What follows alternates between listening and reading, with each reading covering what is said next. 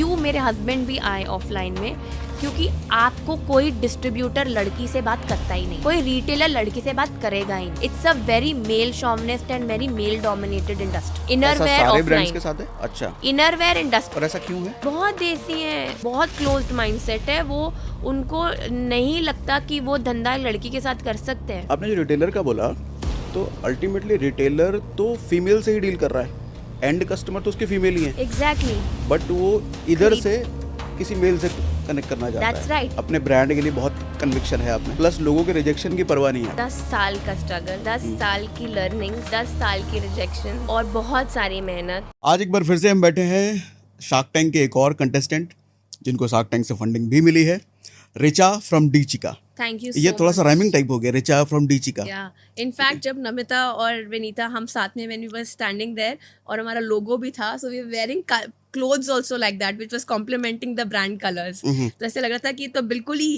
Correlated है brand colour और the whole Shark Tank team that we have.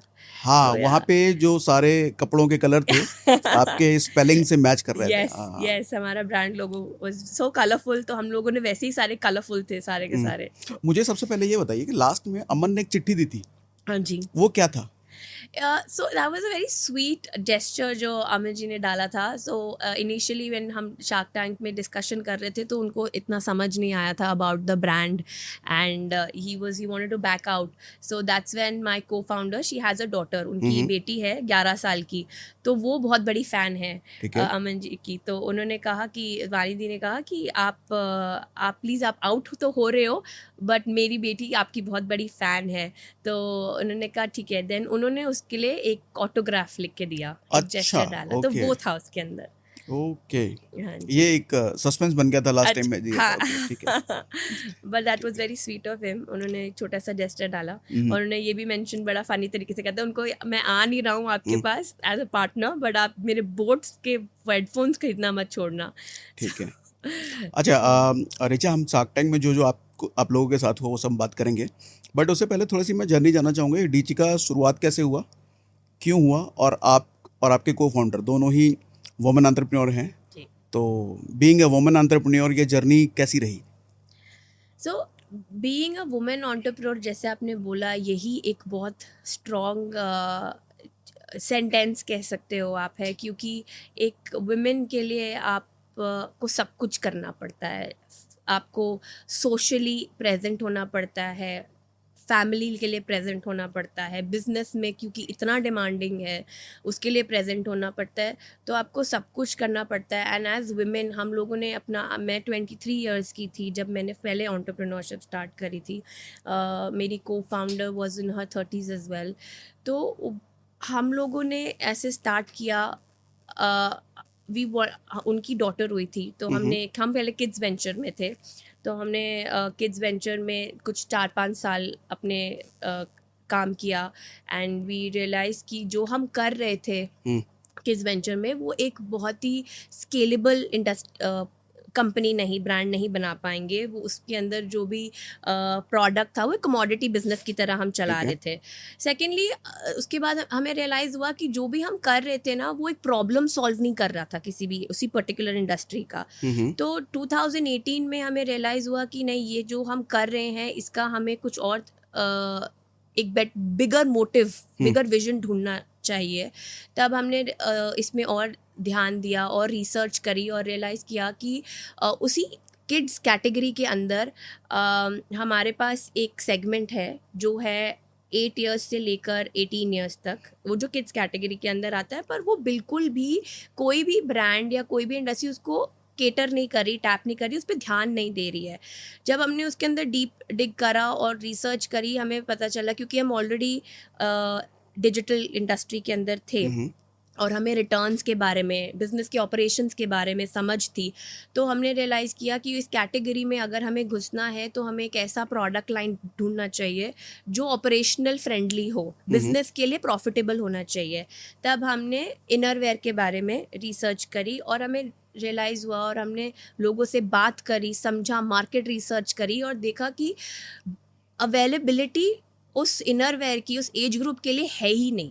अगर आप उस टाइम बैक इन 2019 देखते, आप अमेज़ॉन में जाते या किसी भी ऑनलाइन प्लेटफॉर्म में जाते और बिगिनर ब्रा डालते या ट्रेनर ब्रा डालते, वो कीवर्ड ही नहीं अवेलेबल थे। लोग उस पर्टिकुलर एज ग्रुप के इनरवेयर के नाम ही नहीं, सम कीवर्ड्स ही नहीं पा रहे थे, उनको एक स्पोर्ट्स ब्रा की तरह यूज़ कर रहे थे। जो बड़ी लड़कियां जो 30 साल की फ़ोटोज़ डाली या 35 इयर्स की फ़ोटोज़ में ब्रास पहनी हुई थी, वो मदर्स ढूंढ रही थी अपने बच्चों के लिए। तो उस टाइम क्या हो रहा था, उस एज ग्रुप के लिए या तो मदर्स विमेंस वेयर के छोटे साइजेस के लिए जा रही थी या किड्स वेयर के बड़े साइजेस के लिए, जिसकी अवेलेबिलिटी ऑलरेडी बहुत कम थी। अगर आप बड़े ब्रांड्स देखते जैसे H&M हो गया या मार्क्स एंड स्पेंसर्स हो गया, उसमें भी उनके इतने बड़े स्टोर्स में बहुत ही छोटा सेक्शन अवेलेबल था उस पर्टिकुलर कैटेगरी के लिए, और वो भी बहुत बेसिक और वेनिला डिज़ाइंस जो इस पर्टिकुलर एज ग्रुप से कोरिलेट और नहीं रेजोनेट ही नहीं कर रहा था। तो वो कैटेगरी हमने समझी और उस कैटेगरी के लिए हमने एक इनरवेयर बनाया जो हमारा कोर प्रोडक्ट आज भी हमारा बेस्ट सेलर है। और उसकी हमारी इनरवेयर कैटेगरीज है जिसमें हमारे ब्रास पैंटीज़ है। हम बहुत ही स्ट्रॉन्गली सस्टेनेबल पीरियड केयर पे वर्क करते हैं, जो हम प्रमोट करना चाहते हैं इस आज की जो बहुत ही इको फ्रेंडली और सस्टेनेबिलिटी इको कॉन्शियस जनरेशन है उनके लिए, जहाँ पे हम रीयूजेबल पीरियड पैंटीज और सैनिटरी नैपकिन्स बनाते हैं। तो वो उस तरीके से हमने रिसर्च करी और मेक श्योर करा कि ये कितना बड़ा वाइट स्पेस है। ऐसा नहीं है कि इनरवेयर लोग बनान ब्रांड्स नहीं है, और बहुत सारे ब्रांड्स हैं, जॉकी एनामर जैसे बहुत सारे ब्रांड्स हैं जो कर रहे हैं, बट कोई भी इस पर्टिकुलर एज ग्रुप के लिए स्पेसिफिकली नहीं बना रहा। ओके तो वो एक चीज़ जो हम अपनी ब्रांड कम्युनिकेशन के साथ और कनेक्ट बना रहे हैं, उस पे हमारा ज़्यादा वो इनिशिएटिव रहता है। तो क्या इसी एज ग्रुप के लिए आप प्रोडक्ट बना रहे हो? जी, सो इससे हमारा ऊपर नहीं, इससे नीचे नहीं? नहीं, हमारा रहता है 10 ईयर्स से लेकर अंडर 25 तक, जिसमें हमारा टीन गर्ल्स आता है और यंग वुमेन आता है। तो हमारा जैसे हम दोनों सेक्शंस में बेचते हैं, हम किड्स सेक्शन में भी बेचते हैं और हम विमेन सेक्शन में बेचते हैं, जहाँ पे हमारा 8 to 17 ईयर्स हमारा टीन गर्ल्स में आता है और 18 to अंडर 25 हमारा यंग वुमेन कैटेगरी के अंदर आता है। ओके, ठीक है। मार्केटिंग कैसे करते हो अभी आप? मतलब ये सवाल मैं इसलिए पूछ रहा हूँ, ये थोड़ा सा किसी प्रोडक्ट से कैटेगरी थोड़ी हटके है, बिल्कुल। तो क्या बहुत सोचना पड़ता है, बहुत प्लान करना पड़ता है कैसे मार्केटिंग करें हम इसको? मार्केटिंग एक बहुत बड़ा पार्ट रोल प्ले करता है हमारे बिजनेस में। जैसे आपने सही कहा कि ये एक ऐसी कैटेगरी एग्जिस्ट करती है मार्केट में, बट इसका, इस ब्रांड का या डीचिका का चैलेंज ये है, या इस कैटेगरी का चैलेंज ये है कि आपको लोगों को इन्फॉर्म करना है कि ये कैटेगरी आपके लिए अवेलेबल है। उन जेंजिन्स को कम्युनिकेट करना है कि आप लोगों के लिए प्रोडक्ट, एक ब्रांड है डीचिका जो आपके लिए बना रहा है। आपको विमेन्स, अपने मदर्स के ब्रांड्स के, अपने सिस्टर्स के ब्रांड्स के लिए नहीं जाने की ज़रूरत। एक ब्रांड है जो आपके लिए प्रोडक्ट बना रहा है। वो कम्युनिकेट करने के लिए एक बहुत स्ट्रॉन्ग कम्युनिटी बिल्डिंग हम करते हैं, जिसमें हम फोकस है, बहुत अलग तरीके से करते हैं, जिसे हम डुअल कम्युनिकेशन कहते हैं। जहाँ पे अगर आप, जैसे मैंने अपने एज ग्रुप 2 हिस्सों में डिवाइड किया है, 8 साल से लेके 17 साल की लड़की के लिए जो भी डिसीजन मेकिंग होती है वो एक मदर करती है, ठीक है। मूविंग फ्रॉम 18 साल टू अंडर 25 एक लड़की जनरली खुद अपने डिसीजन मेकिंग इनरवेयर की करनी शुरू करती है। क्या ऐसा है कि टिल 17 साल मदर डिसाइड करती है?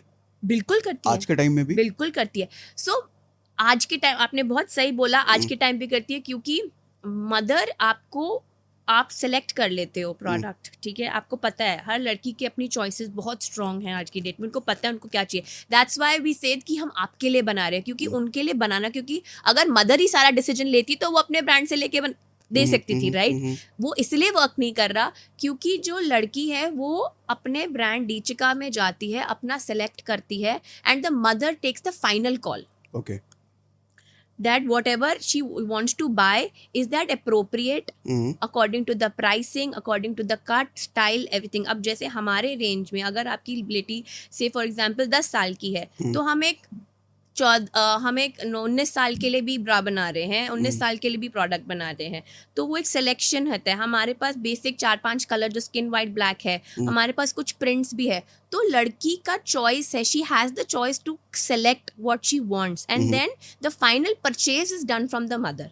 ये होता है 10 साल से 17 साल तक की लड़की का, और उससे आगे वो खुद अपने परचेजेस करते हैं। बट इन दैट ऑल्सो 17 साल से अंडर 25 जो पीरियड केयर प्रोडक्ट्स हैं, उसमें उस एज ग्रुप में भी मदर्स और पेरेंट का इनपुट रहता है।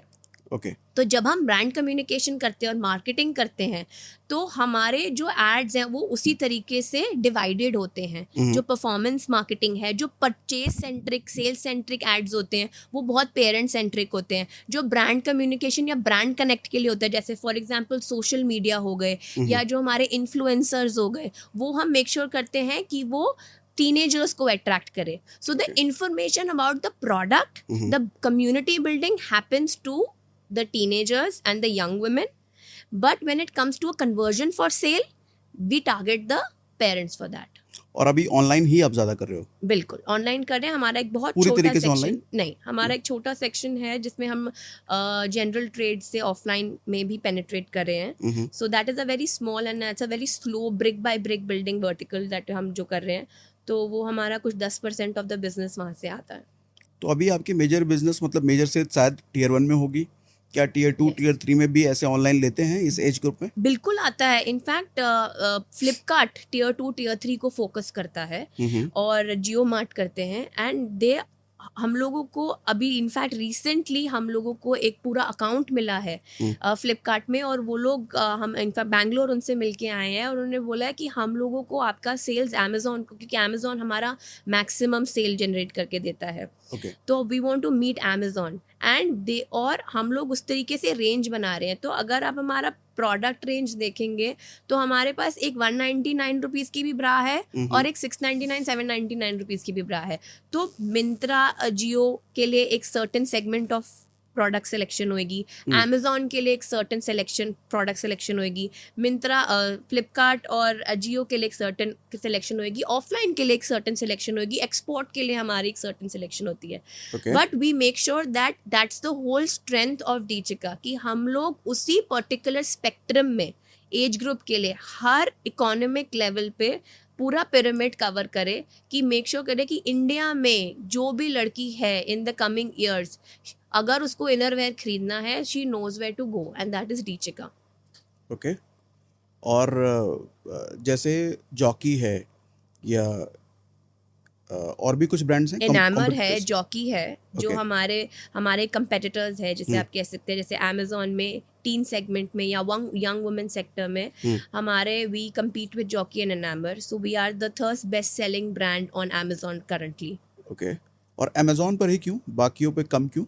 सी हर मार्केट प्लेस का एक एथो होता है, एक कस्टमर बेस होता है कि क्या वो मार्केट प्लेस किसको फोकस कर रही है.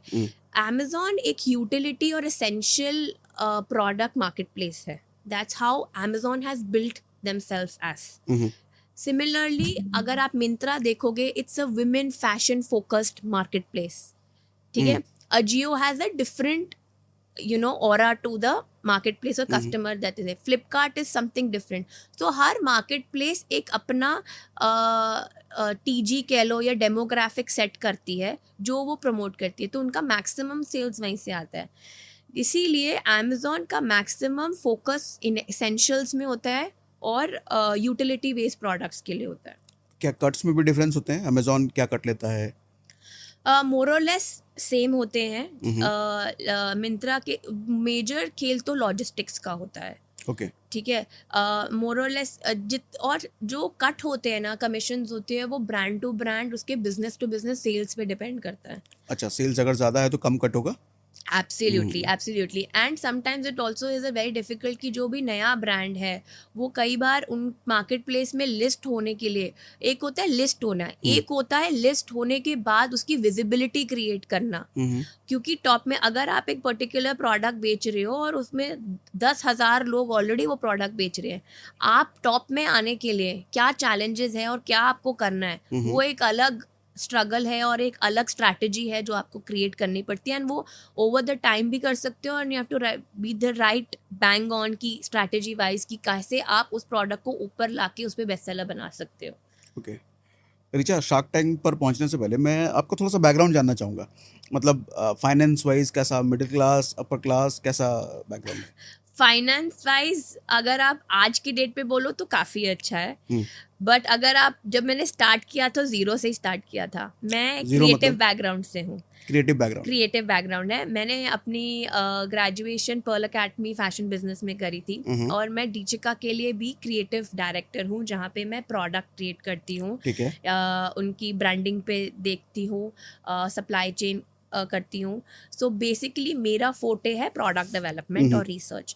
तो बट क्योंकि हम एंटरप्रेन्योर्स हैं और क्योंकि हमको सब कुछ करना पड़ता है, तो मैंने नंबर्स, मैंने डेटा बहुत ही हार्ड वे सीखा है, ओवर द टाइम सीखा है, बिकॉज क्योंकि ओवर द टाइम मुझे रियलाइज़ हुआ कि अगर मुझे डेटा पढ़ना नहीं आएगा, मुझे नंबर समझ में नहीं आएंगे, मैं नंबर पे अपनी बारीकी नहीं दिखाऊंगी और मैं बैंग ऑन नहीं होंगी, तो मेरा डिसीजन मेकिंग स्लो हो जाएगा और मैं नहीं परफॉर्म कर पाऊंगी जिस रफ्तार में मुझे परफॉर्मेंस देने की ज़रूरत है ब्रांड के लिए।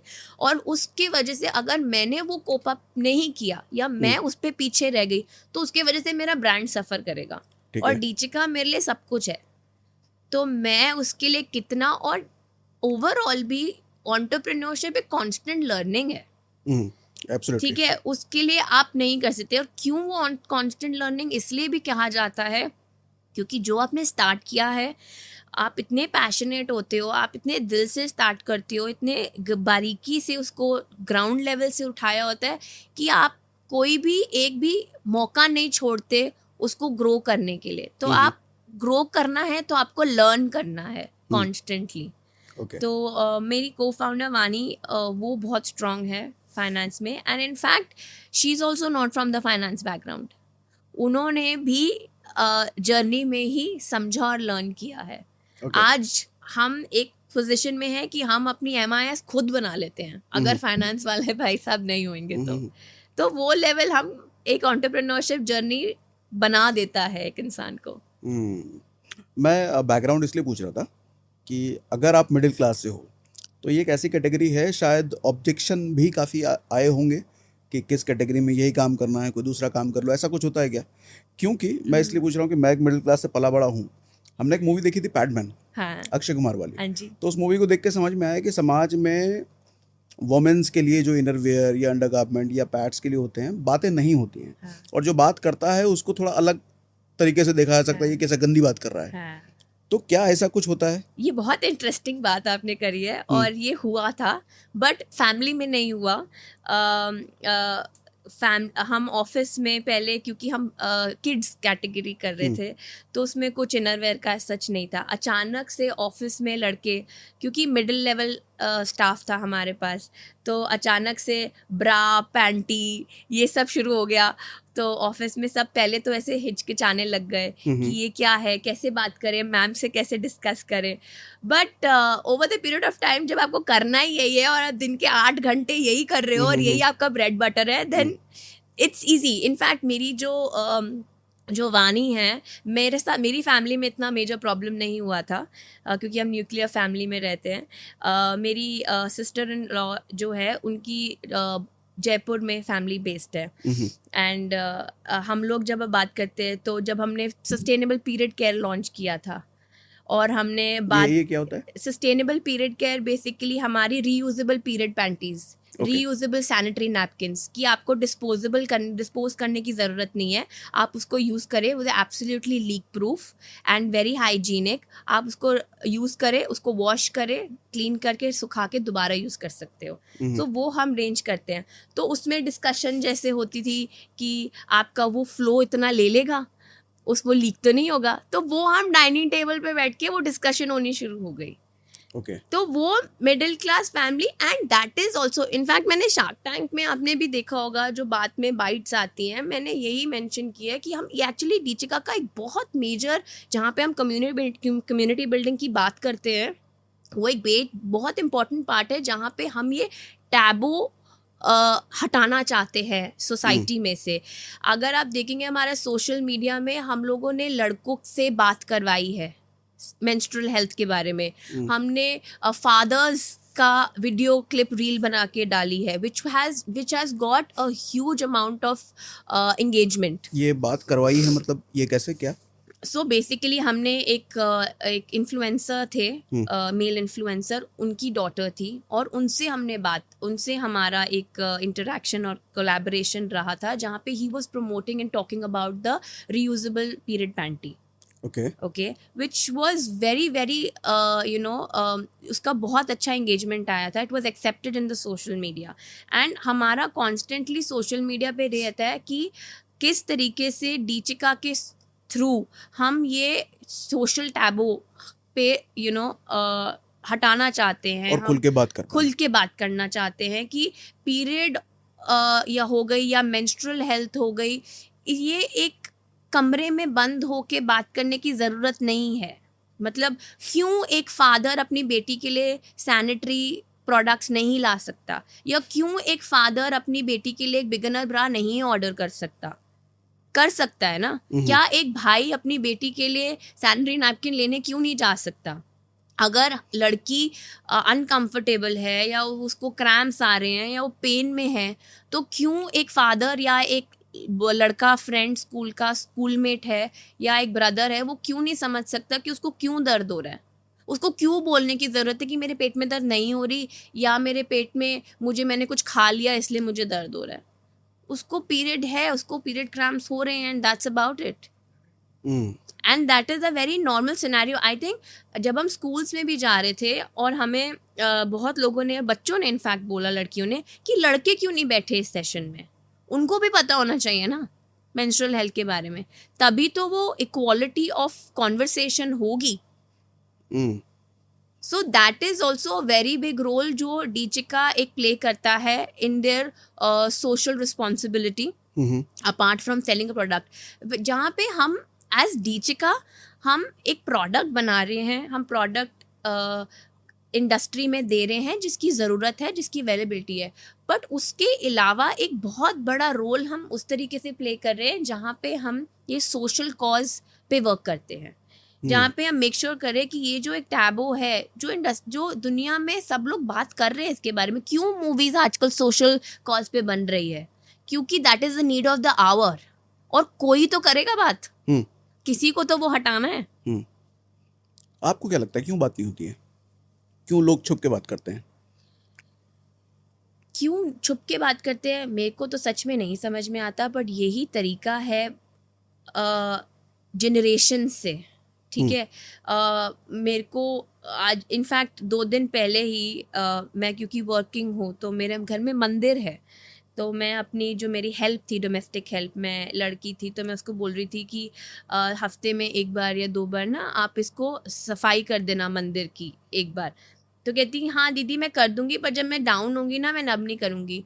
तो मैंने कहा देख मैं नहीं मानती इन सब चीज़ों को. तो वो चीज़ ना इतनी पेनिट्रेटेड है हमारे कल्चर में, जनरेशन से आप कह लो या जोग्राफिकली आप कह लो, हर तरीके से, हर वर्टिकल से इतनी पेनिट्रेटेड है कि उसको निकलने में और नॉर्मलाइज होने में टाइम लगेगा. और हम लोग अगर उसके बारे में बात नहीं करेंगे, और डे टू डे सिचुएशन में, जैसे मैंने बोला अपने घर के अंदर डोमेस्टिक हेल्थ में, अगर हम उनको नहीं बताएंगे कि नहीं ऐसा कुछ नहीं है, नॉर्मल हैं हम लोग. इनफैक्ट अभी विस्पर ने एक बहुत सुंदर एड लॉन्च किया जहाँ पे उन्होंने बोला पीरियड का मतलब हम बीमार नहीं है, पीरियड का मतलब हम हेल्दी हैं. तो वो जो इनिशिएटिव है जो हर कोई एट एवरी लेवल बाहर निकाल रहा है और बात कर रहा है, वो इस चीज़ को ख़त्म करने में ज़रूर हेल्प करेगा. और वो टाइम लगेगा क्योंकि जब penetration is very very deep,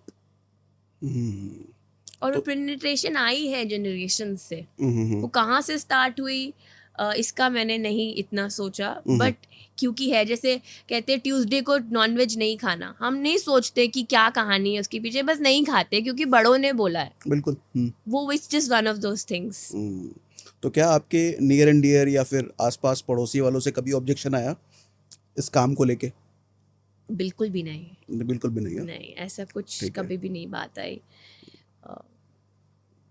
नहीं. ओके, ठीक है. ये बहुत अच्छी बात आपने बोली कि आप सिर्फ प्रोडक्ट नहीं बेच रहे, आप एक अवेयरनेस भी सोसाइटी में कर रहे हो, जो कि बहुत ज़रूरी है. जो पैडमैन जैसी फिल्में हमें सिखाती हैं कि ये बात करना ज़रूरी है, लोगों को नॉलेज होनी चाहिए इस बारे में. ठीक है. अब थोड़ा शार्क टैंक की जर्नी की बात करते हैं, कैसे पहुंचे वहां तक? शार्क टैंक की जर्नी, शार्क टैंक एक बहुत अच्छा प्लेटफॉर्म है जो सोनी लाइव इंडिया में लाए हैं, और इवन द गवर्नमेंट बहुत इम्पोर्टेंट रोल प्ले कर रही है एंटरप्रेन्योरशिप। और अब तो ऐसा हो गया है कि एंटरप्रेन्योरशिप हवा में है, सब लोग लिटरली ब्रीथ कर रहे हैं एंटरप्रेन्योरशिप, एंड उसको बाहर लाना। और हम लोग इसको शार्क टैंक एक इन्वेस्टमेंट अपॉर्चुनिटी की तरह देखा जा रहा है बहुत टाइम से। और हम लोग इन्वेस्टमेंट जर्नी में 2022 से थे, हम लोग इन्वेस्टेड थे मैनकाइंड फार्मा से, तो हम उस जर्नी में ऑलरेडी थे और हम ब्रांड बिल्डिंग कर रहे थे। जैसे हमने बोला, हम बहुत स्ट्रॉन्ग है ब्रांड बिल्डिंग में। और जैसे मैंने आपसे पहले भी कहा कि ये एक ऐसा ब्रांड है जहाँ पे प्रोडक्ट तो ठीक है, अवेलेबल है, पर लोगों को पहुँचाना, ये बात कि प्रोडक्ट अवेलेबल है आपके लिए, वो इन्फॉर्मेशन देनी हमारे लिए बहुत ज़रूरी थी एक बहुत बड़े प्लेटफॉर्म में। और शार्क टैंक ने वो बहुत हमारा आसान कर दिया। एक नेशनल टेलीविज़न में बताना कि टीनेजर्स और यंग वुमेन के लिए एक ऐसा ब्रांड है जहाँ पे उनको और कहीं जाने की ज़रूरत नहीं है, जो सिर्फ उन्हीं के बारे में सोच रहा है, जो सिर्फ उन्हीं के लिए प्रोडक्ट्स बना रहा है। और पीरियड पैंटी सिर्फ मेटर्निटी के लिए नहीं अवेलेबल है, सिर्फ एडल्ट्स के लिए अवेलेबल नहीं है, एडोलेसेंस और टीनेजर्स के लिए पीरियड पैंटी अवेलेबल है, रीयूजेबल पीरियड पैंटी। तो वो इन्फॉर्मेशन बाहर निकालना नेशनल टेलीविज़न पे हमें एक बहुत अच्छा प्लेटफॉर्म दिया, जहाँ पे लोगों को पता चला डीचिका के बारे में। और उसके अलावा एक और चीज़ हमें बहुत इंटरेस्टिंग हमें बाद में पता चली कि कितना ज़रूरी है एक फाउंडर का अपनी शक्ल और अपनी आवाज़ बाहर निकालना। क्योंकि एज फाउंडर्स हम ऑपरेशंस में इतने उलझे हुए होते हैं, उस ब्रांड को बनाने में इतने उलझ जाते हैं कि कस्टमर तक नहीं पहुंच पाते। दो हम बहुत काम करते थे, स्कूल्स में जाते थे, कॉलेजेस में जाते हैं, लोगों से इंटरेक्ट करते हैं। वो मैं पर्सनल लेवल पे इसलिए बहुत करती हूँ क्योंकि मुझे प्रोडक्ट डेवलपमेंट में वो काम आता है, क्योंकि मुझे जानना ज़रूरी है कि वो मेरा कस्टमर बेस कौन है। बट उसके अलावा ये जानना कि डीचिका की स्टोरी के पीछे या कॉन्सेप्ट के पीछे कौन है, वो कितना इम्पॉर्टेंट है कस्टमर के लिए, ये हमें शार्क टैंक के बाद पता चला। तो ये हमें बताना कि जो ये प्रोडक्ट ब्रांड बना रहा है उसके पीछे हमारा अपना विजन क्या है, हमने क्यों स्टार्ट किया एज वुमेन। आप अगर आज की डेट पे देखोगे, मोस्ट अगर हम जॉकी एंड आमर को एक तरफ छोड़ दें, उसके अलावा बहुत सारे डोमेस्टिक ब्रांड्स हैं इंडिया में जो बहुत अच्छा काम कर रहे हैं, बहुत बड़े बड़े P&Ls लेके बैठे हुए हैं। उनके पीछे आदमी है, मेल है, जो गारमेंट इनरवेयर वुमेन के लिए बना रहा है। तो मुझे लगता है कि एक बहुत ज़रूरी है ये इन्फॉर्मेशन देना कि एक इनरवेयर या एक लॉन्जरी प्रोडक्ट आप एक लड़की बना रही है, उसको समझ है कि कौन सी फिट, क्या ज़रूरत है, किस एज पे। क्योंकि हम भी टीनेजर्स रहे हैं।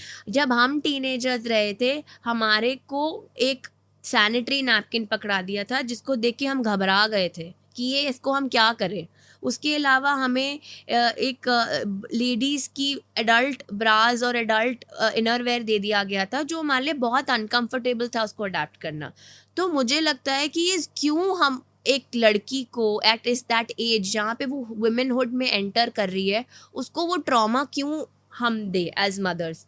सो as millennium mothers we don't want to give it to that to our children. तो उसके लिए हम क्या प्रोवाइड कर रहे हैं, उसको ईजी और मोर कंफर्टेबल और मोर कॉन्फिडेंट बनाना अपने बच्चों को, उसके लिए हम क्या कर सकते हैं, वो इनिशिएटिव डीचिका के थ्रू हम ऑफर करते हैं। आपने अभी बोला कि ब्रांड बिल्डिंग में आप काफ़ी अच्छे हो। हाँ जी। तो कुछ स्ट्रैटेजीज आप शेयर करना चाहोगे जो ब्रांड बिल्डिंग के लिए आपने यूज़ की? स्ट्रैटेजीज़ तो काफ़ी हम भी ऑन एंड ऑफ सीखते हैं, बट अभी हम बहुत श्योर है कि हमें किस टाइप की स्ट्रैटेजीज़ करनी है और कौन सी स्ट्रैटेजी कहाँ पे यूज़ करती है। सबसे इम्पॉर्टेंट चीज़ होती है कि एक स्ट्रैटेजी हर जगह नहीं चलती, ठीक है। हर जगह की स्ट्रैटेजी हर कस्टमर में, जैसे मैंने बोला, मदर्स के लिए एक डिफरेंट स्ट्रैटेजी है, टीनेजर्स को टारगेट करने के लिए एक अलग स्ट्रैटेजी है, डिफरेंट मार्केट प्लेसेस की डिफरेंट स्ट्रैटेजी है। कुछ आपने जो यूज़ करा हो? हमने दोनों करी, हमने एक्चुअली सब कुछ करा है। मैं आपको क्यों ना बोलूँ कि हमने ये नहीं किया और ये किया। हमने कुछ स्ट्रैटेजीज करी, उसमें हम फेल हुए। कुछ स्ट्रैटेजीज करी, हमें बहुत अच्छा रिस्पांस मिला। एक बहुत बड़ी स्ट्रैटेजी ये हो सकती, जो मैंने आपको बताया, कि हमने एज फाउंडर्स अपनी खुद की वीडियोस बना के खुद प्रोडक्ट को एक्सप्लेन करा।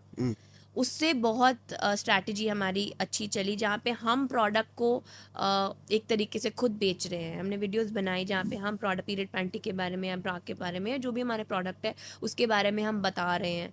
That is a very good way of trying to sell your product, क्योंकि वहाँ पे आप एक कनेक्ट बना रहे हो, आप सिर्फ प्रोडक्ट नहीं बेच रहे। ओके।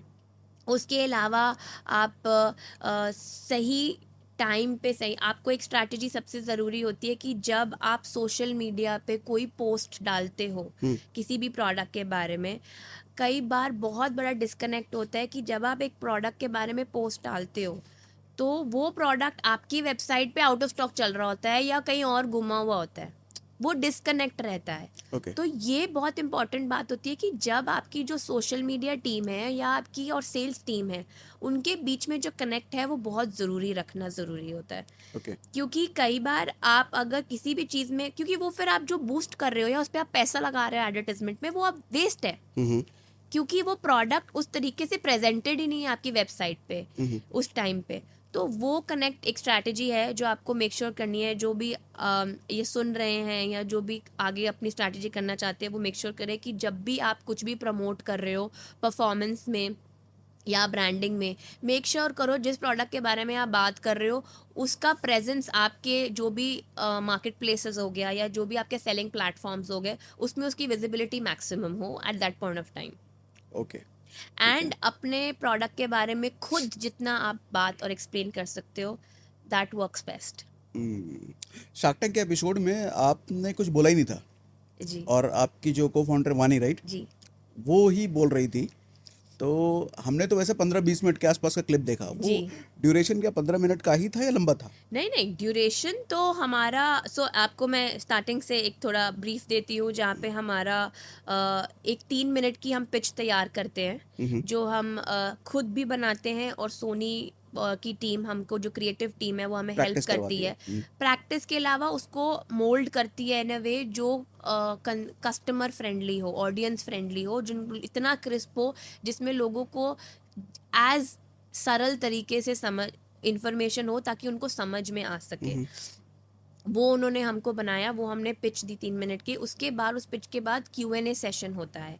वो Q&A सेशन कुछ आज से आधे पौने घंटे तक चलता है। Q&A जजेस के हाँ, जजेस के साथ Okay. Q&A सेशंस होता है, जहाँ पे वो आपके ब्रांड के बारे में पूछते हैं, वो आपके नंबर्स के बारे में पूछते हैं, जहाँ पे आप देखोगे वानी और उन जजेस के बीच में कम्युनिकेशन काफ़ी चल रही थी। तो वो कुछ आधे पौने घंटे में, जहाँ पे वो हमारी स्टोरी के बारे में भी, हमारे बैकग्राउंड के बारे में भी समझते हैं, बिजनेस के बारे में समझते हैं, हमारे विजन के बारे में समझते हैं, क्या हमारी आज की डेट में इन्वेस्टमेंट लेवल है, हम किस बूटस्ट्रैप्ड है या ऑलरेडी फंडेड है, वो सब चीज़ें डिस्कस होती हैं उसमें। वो पूरा डिस्कशन कुछ आधे पौने घंटे का होता है। उसमें से वो क्लिप करके 15 मिनट का एक डेट उसमें कंटेंट निकालते हैं जो प्रेजेंट करते हैं, एयर करते हैं। Okay.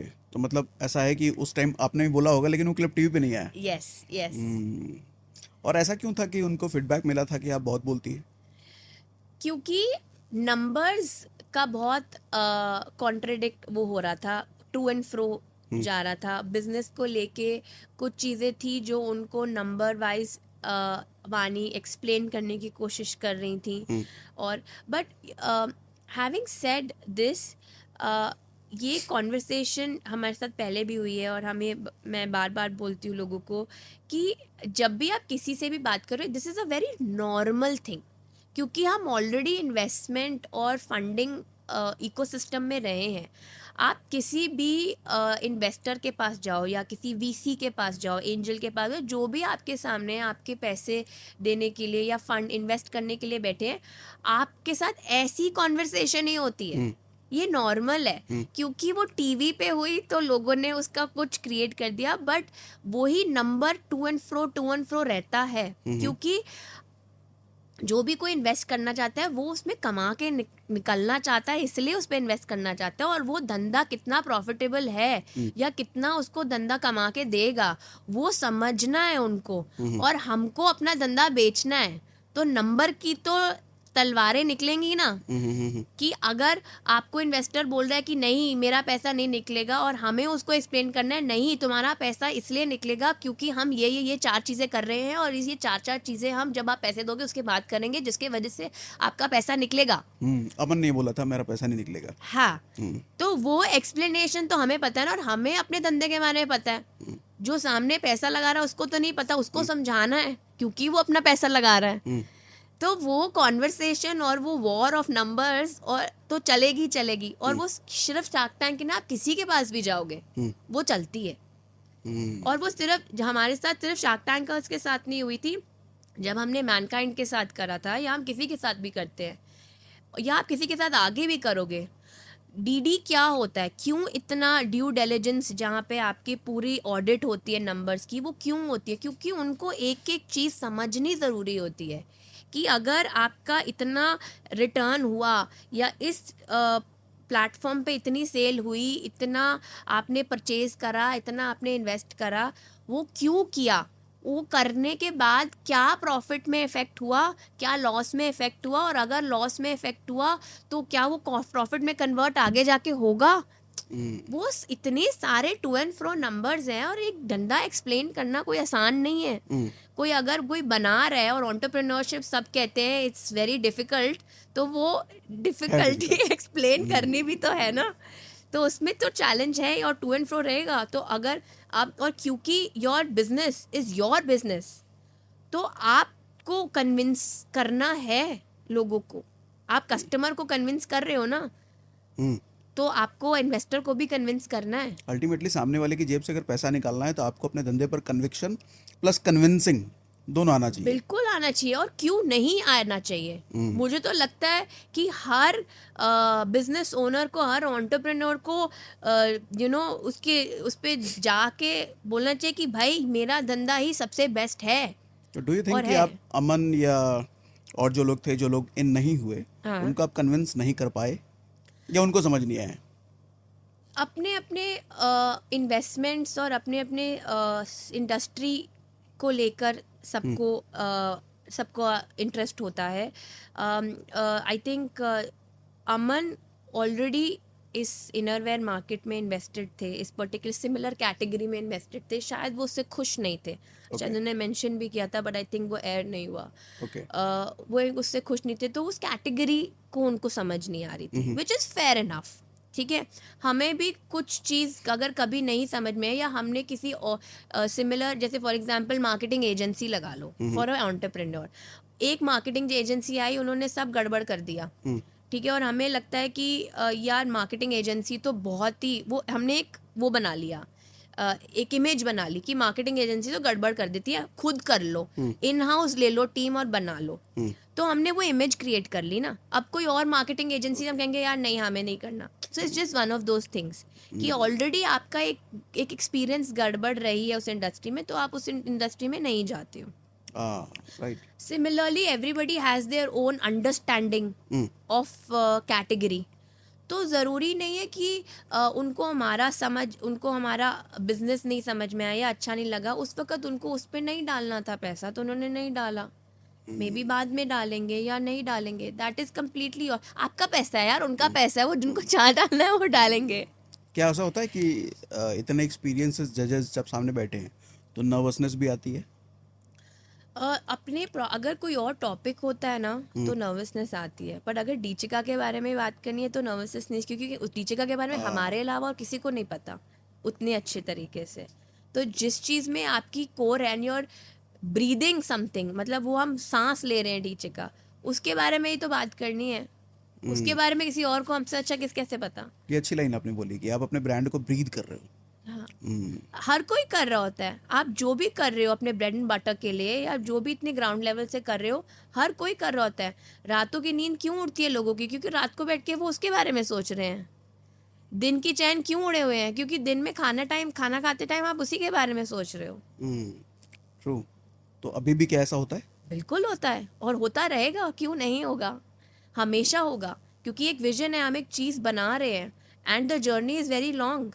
It is not stopping till Shark Tank. Shark Tank is just one of the milestones in our journey.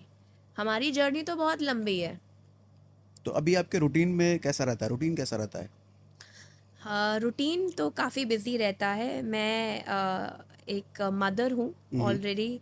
2 छोटे बेबीज़ के, एक मेरा बेबी 1 साल का अगले महीने होगा और ओके. दूसरा लड़का मेरा 2 साल का होगा अगले महीने. So I have 2 toddlers, infant toddlers to take care of.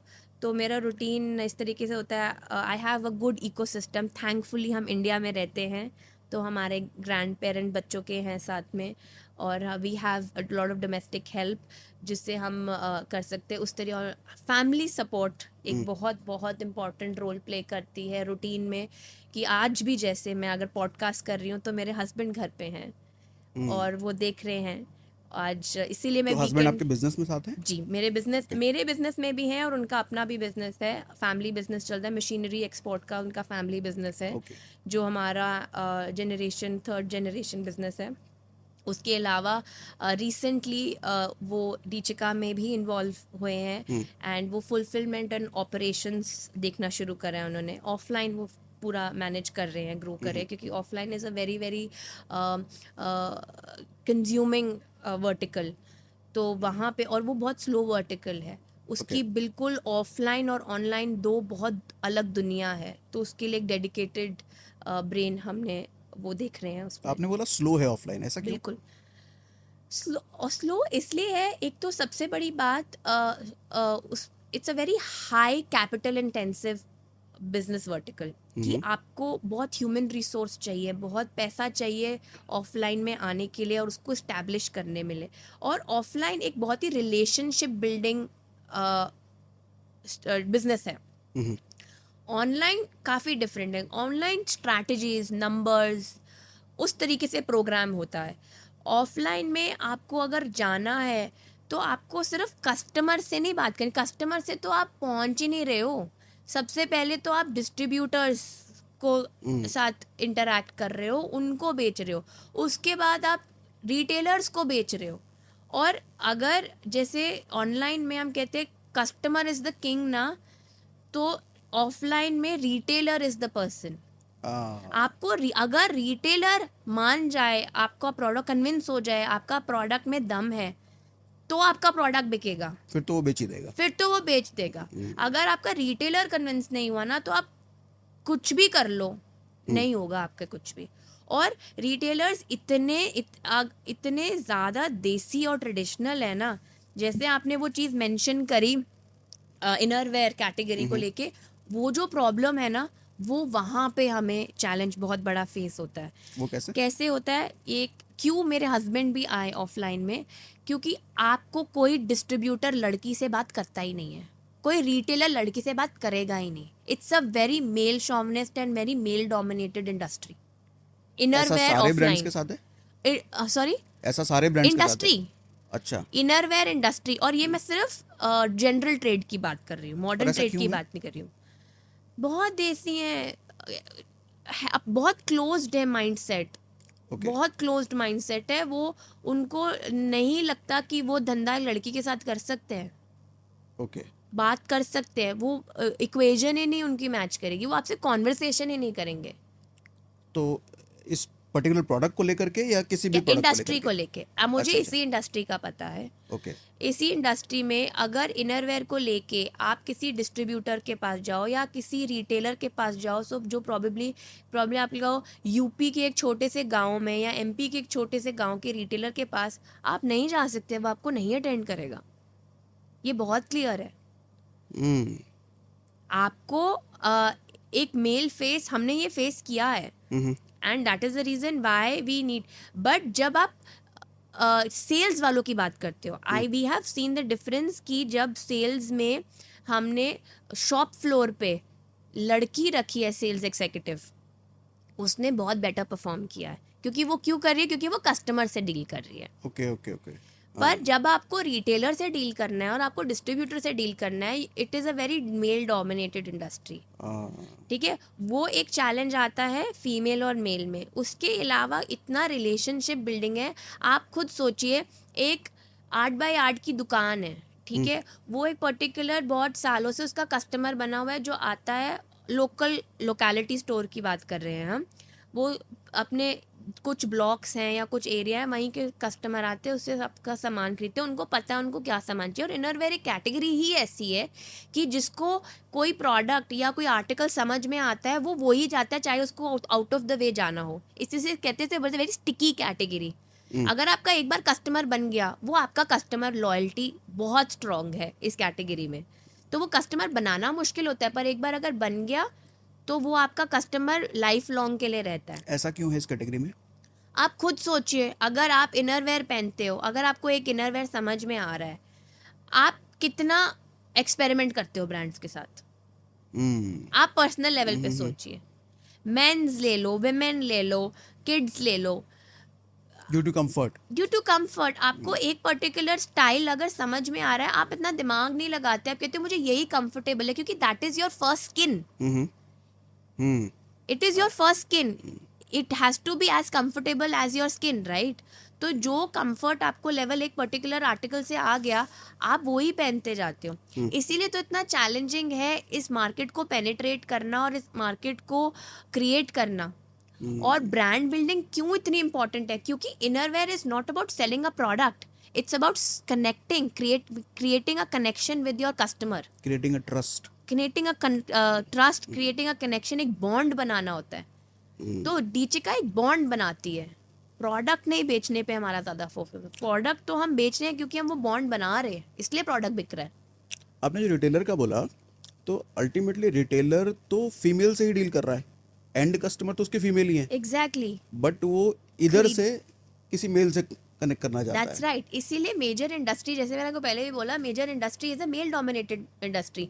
Maximum brands are behind the chair is a man who's making a product for them. How many big brands और a good P&L brand, मतलब अब मैं यहाँ पे बात कर रही हूँ 20 करोड़ ऊपर, 10 करोड़ के ऊपर टर्नओवर वाले ब्रांड्स का, you'll hardly find, I don't know any brand, मतलब मैं इंडस्ट्री में हूँ, मुझे नहीं पता ऐसा कौन सा बहुत बड़ा ब्रांड है जो स्टैब्लिश कर चुका है अपने आप को और एक लड़की उसको कर रही है। तो वो बहुत ज़रूरी है करना।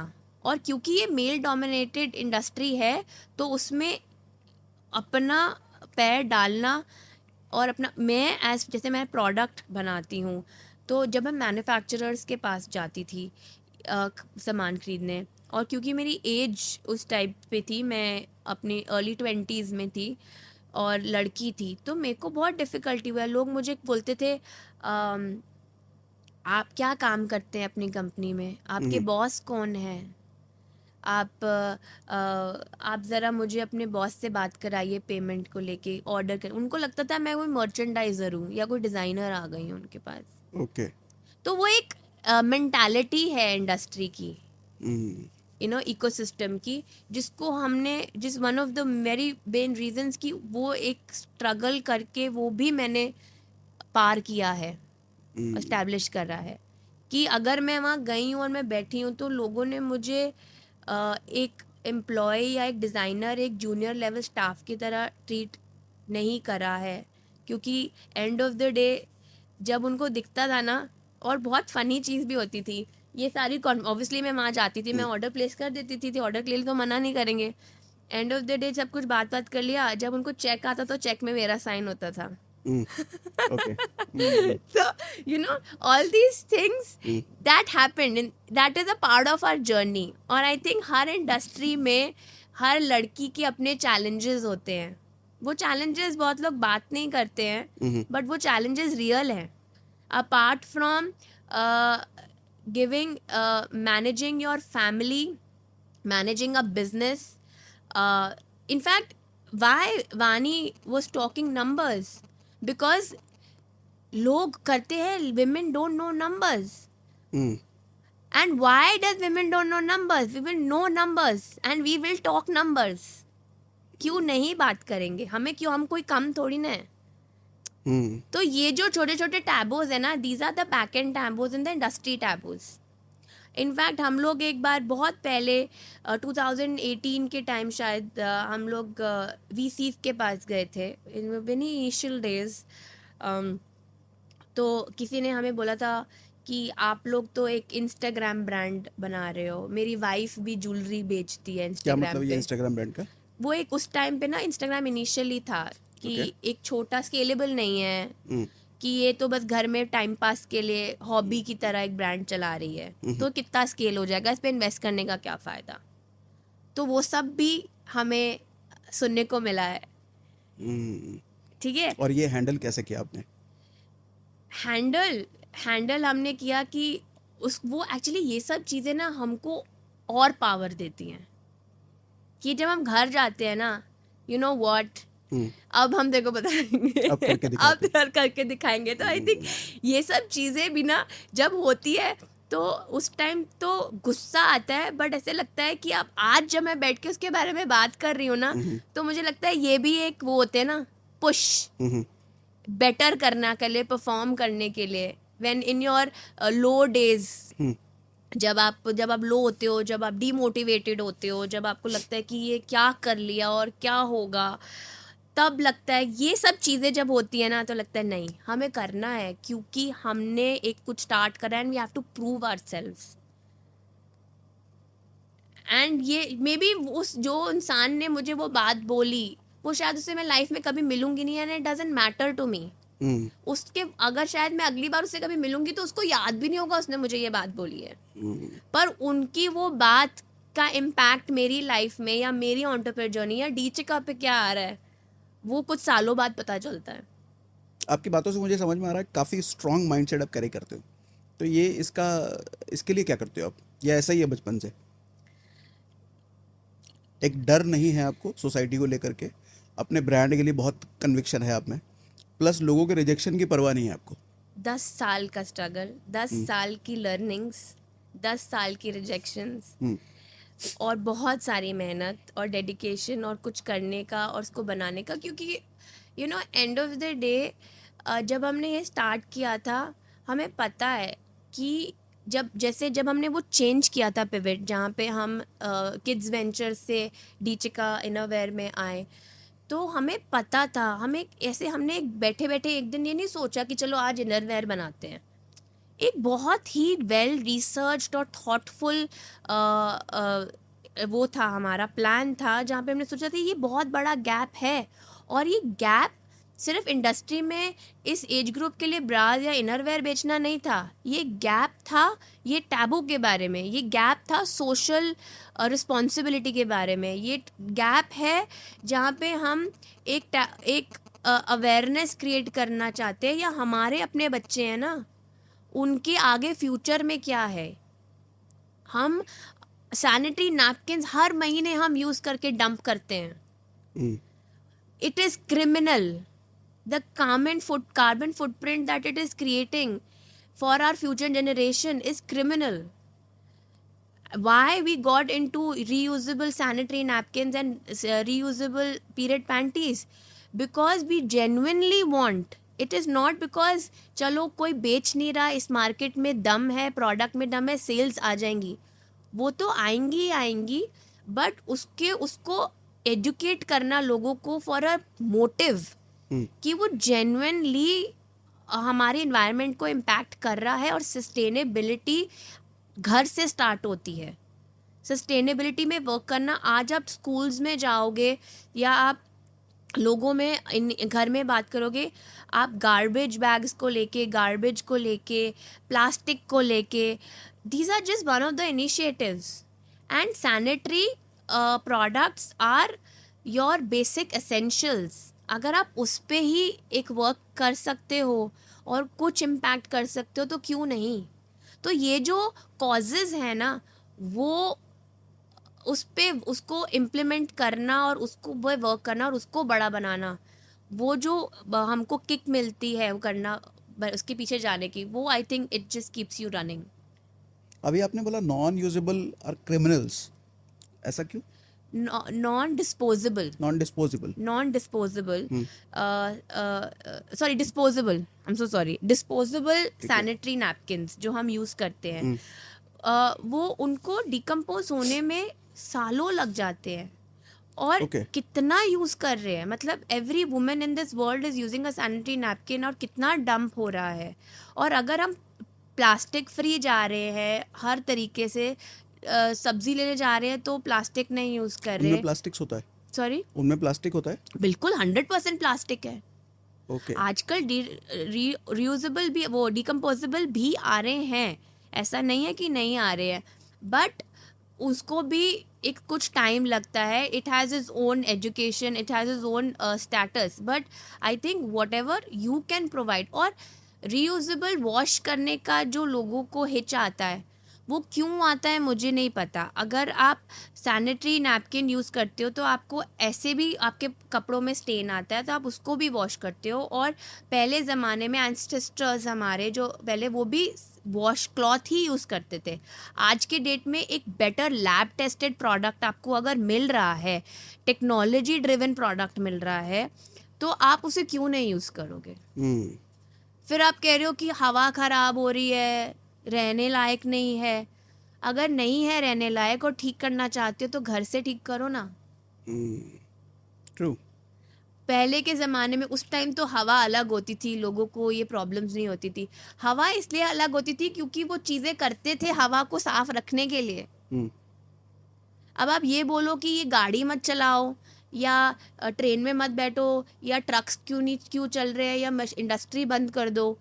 वो तो एक बहुत बड़ी बड़ी चीज़ें हैं. They have their own impacts and you want those things. जहाँ पे वो इंडस्ट्री में वो सामान बन रहा है, उसके बिना भी नहीं आप चल सकते ना. ट्रू. तो आप जो घर पे कर सकते हो वो करो. Take smaller steps. Give a better living to your future generation. उतना कर लो बस. शार्क टैंक के पहले और शार्क टैंक के बाद क्या फ़र्क आया बिजनेस में? शार्क टैंक के पहले मैं यहाँ नहीं बैठती थी पॉडकास्ट में. तो मेरा फेस, जैसे मैंने आपको बोला, मैं बाहर आई, लोग मेरे को जाने. It is one of those tags, जैसे एक ऑथर, एक डॉक्टर, एक टैग मिल जाता है, I am a shark tanker. तो recognition, opportunity to come out and talk about your brand, talk about your journey, talk about your struggle, make impacts in within the future generation जो entrepreneurs बनना चाहते हैं, new entrepreneurs को अपने journey से कुछ lessons share करना. अगर मैं यहाँ पे आ रही हूँ और I am coming out because of Shark Tank, या Shark Tank as a platform भी वही कर रहा है. तो Shark Tank as a platform educate कर रहा है लोगों को about entrepreneurship, about the struggles, about how somebody can create a company for themselves. और सेम चीज़ तो बेसिकली एक बहुत बड़ा प्लैनेट है जहाँ पे एक सर्टेन काम, एक सर्टेन एफर्ट हो रहा है, एक विजन है. उस प्लैनेट में से लोग निकल रहे हैं और वही विजन को फैला रहे हैं. हम वही कर रहे हैं. हम उस पार्ट में से निकले हैं, और जो हम Shark Tank as a holistic vision कर रहा है, हम ऑन एन इंडिविजुअल लेवल कर रहे हैं. और जब मैं बाहर जाती हूँ, स्पीकर सेशंस में जाती हूँ, स्टूडेंट्स से बात करती हूँ, न्यू एंटरप्रेन्योर्स से बात करती हूँ, मेंटर करती हूँ लोगों को, तो मेरा विजन ये नहीं होता कि मेरी शक्ल जा रही है और मैं डीचिका से के बारे में बात कर रही हूँ और probably that will convert me into a sale. I think behind that practice, I feel as there's a very strong feeling that I have कि मेरी जो लर्निंग्स हैं या जो मैं करा है, मैंने बहुत मिस्टेक्स करी हैं, मैंने बहुत घाटे खाए हैं, बहुत धोखे खाए हैं लोगों से, सब कुछ करा है. और मोर और लेस हर एंटरप्रेन्योर अपनी जर्नी में ये फेस करता ही है. 80 लाख मिले थे आपको जी. उसका क्या किया या क्या कर रहे हैं? क्या किया ही हाँ, कर मतलब रहे बिजनेस में तक कैसे तो क्या नहीं कर रहे पहुंचा. हैं? ये तो बहुत अजीब तरीके से मैंने पूछ दिया, बट बिजनेस में क्या? नहीं, वही मैं इसी उसी बात कर रही हूँ कि क्या कर रहे थे. वो आए और वो चले गए, क्योंकि रनिंग बिजनेस है. जैसे मैंने बोला, ब्रांड बिल्डिंग में हमने उसे यूज़ किया, मार्केटिंग में हमने बहुत सारी इंगेजमेंट्स करी, बहुत सारे तो बेसिकली क्या हुआ, शार्क टैंक के बाद क्योंकि हम जन्मे थे, हमें एग्जैक्टली पता था कौन से प्लेटफॉर्म में कौन सी चीज़, जो हम स्ट्रैटेजीज़ की बात कर रहे थे, क्योंकि हमने बहुत सारी स्ट्रैटेजीज़ ऑलरेडी बहुत सारी स्ट्रैटेजीज हमने अपनाई थी, बहुत सारी स्ट्रैटेजीज हमने टेस्ट एंड ट्रायल करी थी। बहुत अब सारी हम उस फेल भी हुई स्टेज होंगी। फेल हुई, तो अब हमें पता था कि ये 10 स्ट्रैटेजीज है जो हमको बेनिफिट कर रही हैं, जो हमको सेल्स ड्रिवन दे रही है, हमारी रोएस या हमारा जो प्रॉफिटेबिलिटी है वो इंक्रीज कर रही है, हमारा खर्चा कम हो रहा है, उससे हमारी कन्वर्जन रेट बेटर है। हमने वो पैसा वहां पे लगाया ओके, सो ऑल और सेल्स एग्जॉस्टेड नाउ, बढ़ाई हम। हाँ, ऑल एग्जॉस्टेड, सारे खत्म। थोड़ा है। और विनीता ने फंड करा था ना, विनीता और नमिता ने नमिता। फंड किया था। तो उनकी कितनी गाइडेंस रही? Very good actually. आप शार्क टैंक का जितने भी जजेस वहाँ पे होते हैं, उनकी जो नॉलेज है, जैसे हम लोग टीवी में देखते हैं कि वो जैसे वो खुद कहते हैं ना कि हमें पता है या हमने एक्सपीरियंस किया है, हमारी बात सुनो, वो सच है। They have a ground level experience. They meet so many entrepreneurs. They go through so many business P&Ls and due diligences. उनको in and out business failures और business successes के बारे में पता है, तो they are very good to help you and guide you, and they are great mentors. Like Vinita and Namita have helped us in a lot of things. One of the things जो उन्होंने offline के लिए बोला था, उसके बाद हम उनके पास गए, हमने उनसे ऑफलाइन के बारे में सजेशंस ली, ऑफलाइन के बारे में उन्होंने हमें गाइड किया, जिससे हमारी चीज़ें बहुत बेटर और स्ट्रीमलाइन हुई। उसके अलावा उन्होंने बहुत सारी हमको स्ट्रैटेजीज़ बताई, बहुत सारे तरीके बताए कि क्या हम सही कर रहे हैं, क्या गलत कर रहे हैं, उनसे हमने मिल के समझा। और नमिता के साथ इनफैक्ट मैं recently the Thapar entrepreneur academy वो चलाती हैं, उनके साथ वहाँ पे मैंने कोलैबोरेट किया था as a speaker with students Shri Ram school में, और वहाँ पे भी मैं इंटरेक्ट कर रही थी स्टूडेंट्स के साथ, एंटरप्रेन्योर्स के साथ। तो I think all these exposures and जो वो हमको बताते हैं, उन्होंने हमको कुछ जैसे क्विक कॉमर्स में विनीता ने हमको हेल्प किया, तो ये सब चीज़ें हैं। तो Shark tank is definitely a great platform in your journey. वो एक्सेलरेट करता है आपकी जर्नी को, वो आपको हेल्प करता है। और इन योर जर्नी ना, हम लोगों ने जब स्टार्ट किया था, हमारे पास कोई मेंटर नहीं था, हमारे पास कोई हेल्प नहीं थी, कोई बैक नहीं थी, जो मुझे लगता है बहुत ज़रूरी है। अगर लोग शार्क टैंक पे नहीं भी जा रहे ना, मुझे लगता है थ्रू लिंक्डइन और थ्रू मीटिंग पीपल, अगर आप पॉडकास्ट देख रहे हो, फॉर एग्जांपल अगर कोई मेरा पॉडकास्ट देख रहा है, मुझे कनेक्ट कर ले, ठीक है, या फिर कोई और पॉडकास्ट कर रहा है, उनको कनेक्ट करे और उनसे बात करे कि हम ये काम स्टार्ट कर रहे हैं और हमको ये चैलेंजेस हैं, उनके कोई क्वेश्चंस हैं। ऐसा कोई एंटरप्रेन्योर नहीं है या ऐसा कोई भी इंसान नहीं होगा जो एफर्ट करके शायद नहीं रिप्लाई करेगा। आई एम श्योर उनकी रिप्लाई लेट होंगी, but if somebody is a genuine person and is coming up and trying to create a difference, make a difference in the industry, वो आपको help. Like I am more than happy, I have help so many entrepreneurs from colleges and schools who have come to me and asked me different things कि ma'am हमको अपना product list करना है Amazon पे, या ma'am हम कैसे करें स्टार्ट, हमें लिस्ट करना है, how do we make. I talk to them and tell them. कितना टाइम लगता है यार एक मैसेज या किसी क्वेरी सॉल्व करने के लिए। मुझे पता है सब लोग बहुत बिजी हैं अपने अपने ब्रांड्स बनाने के लिए, but you can always be helpful. तो आई थिंक वो एक अच्छा चैलेंज है जो विनीता नमिता के थ्रू हमें पता चला, and they are great, they have a lot of knowledge, I can't deny that. और ये शायद नवंबर में शूट हुआ था, ये हुआ था, हाँ जी, शायद नवंबर में शुरू तो हुआ था, अभी नवंबर 8-9 दिसंबर। महीने हो गए। हाँ तो जी, ये उनसे जो आपको गाइडेंस मिली वो कैसे मिलजुल करके? हाँ जी, हम उनसे एक दो बार मिल चुके हैं, ओके और उनकी टीम से बात होती रहती है हमारी, we have access to them, okay तो चलता रहता है हमारा। फेब्रुवरी 20th फरवरी को एयर हुआ था हमारा एपिसोड। हाँ हाँ, फरवरी, ठीक तो है। We got the money, we interacted a lot of times. ऐसा होता है कि लोगों का कहते हैं कि हमारी डील हुई थी और एंड में डील मैच्योर नहीं होती है, ओके बहुत बार ऐसी बात आती है, तो उनके अपने रीजंस होते हैं कई बार, और उनकी ड्यू डिलिजेंस में प्रॉब्लम आ जाती है, जो ऑडिट होती है उनके नंबर्स में बाद में उस पर प्रॉब्लम आ जाती है, तो डील मैच्योर नहीं हो तो पाती क्या है। ऐसा भी होता है कि फंडिंग वहाँ पे अनाउंस कर दे और बाद में कैंसिल हो जाए? बिल्कुल होता है।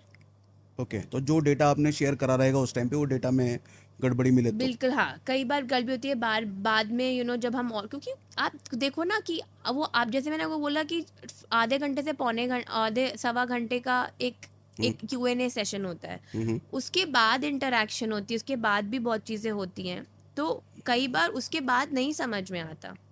ओके। तो जैसे मैंने आपको बोला, जैसे अमन में भी मैं अपने केस की नहीं बात करी, किसी और की भी अगर बात करते हैं, तो कोई फॉर एग्जांपल 2 जजेस नहीं आए, आपके उसमें इन्वेस्ट नहीं किया, मे बी बाद में आपको उनको आपका बिजनेस समझ में आ अच्छा, तो जाए, बाद में कर देते तो हैं, ऐसा भी बाद होता है? में, हाँ, बाद में they can get in touch with you. Okay. So it is it's any kind of collaboration can happen. Okay. तो वो ऐसा कुछ स्टैंडर्ड नहीं होता, बट ये डेफिनेटली है कि जो हुआ है, और ऐसा भी होता है कि लोगों ने शूट किया होता है सब कुछ, और रिकॉर्ड हो चुका होता है और एयर भी नहीं होता, ओके।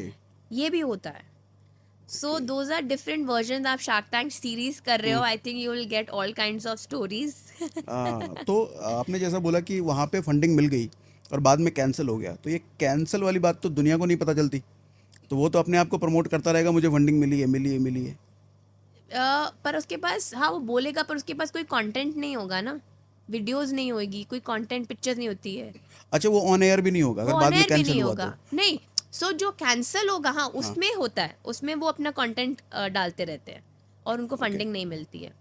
नहीं, मतलब टीवी पे आ गया अगर कैंसिल हुआ बाद में तो? सो देर आर 2 केसेस। कई बार ऐसा होता है कि आप शूट करते हो पर आपका टीवी पे नहीं आता है, ठीक है। ठीक है, और कई बार ऐसा होता है कि आप शूट हो जाते हो, आपका एपिसोड एयर भी हो जाता है, पर आपकी जो डील होती है वो बाद में क्लोज हो जाती है। ओके, टीवी पे आने के बाद? टीवी में आने के बाद later on in the stage वो क्लोज हो जाती है, प्रॉब्ली आपको पैसा नहीं मिलता है, आपकी डील क्लोज हो जाती है, तो वैसे केसेस भी होते तो हैं। ये क्लोज वाली बात फिर दुनिया को नहीं पता चली?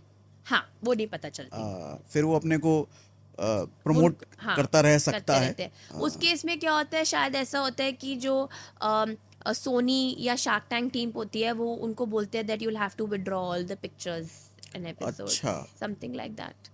ओके। और वैसे भी सोनी टीम एक सर्टेन टाइम के बाद, लाइक अब हम अपने कंटेंट को, शार्क टैंक कंटेंट को नहीं यूज़ कर सकते, यूज मीन्स कैसे? सोशल मीडिया में वो वीडियोस नहीं यूज़ कर सकते, there is a contract, they just tell you to take it off. एक लास्ट सवाल, अगर आपको इनसे फंडिंग नहीं मिली होती, विनीता और नमिता से, तो आपके फेवरेट जज कौन होते? मैं personally, I was really looking forward for Namita and Vinita also. Aman was okay, वो वानी वॉज मोर कीन for Aman, but Vinita Namita personally मैं जाती थी और मैं खुश थी वो आई, क्योंकि one, it's a women focus. I really appreciated that boardroom में they were more women. Feminism मेरा कहीं ना कहीं बार बार आ जाता है, तो वो मुझे था, and more than that the kind of knowledge and the kind of depth Namita has, and Vinita, because she's in a very similar product, similar brand. Sugar is a cosmetic, it's a D2C brand, and she's done very well अपना offline और same communication से channel से गई हैं, trade, general trade के through, तो बहुत ही similar business है नमिता और, सॉरी, विनीता और हमारा। नमिता मुझे as a nature, as a person बहुत अच्छी लगती हैं, तो and she is, for that matter, I have met her, she is a beautiful person, तो उस चक्कर में मुझे, I was very happy to have both of them and I we got them, तो मेरे फेवरेट वही थे जो हमें मिले। मज़ा आया आपसे बात करके, बहुत अच्छा लगा। Thank you for coming Richa, thank you very Thank much. you so much for having me. It was great. I think I've spilled my heart out. Thank you. Most welcome.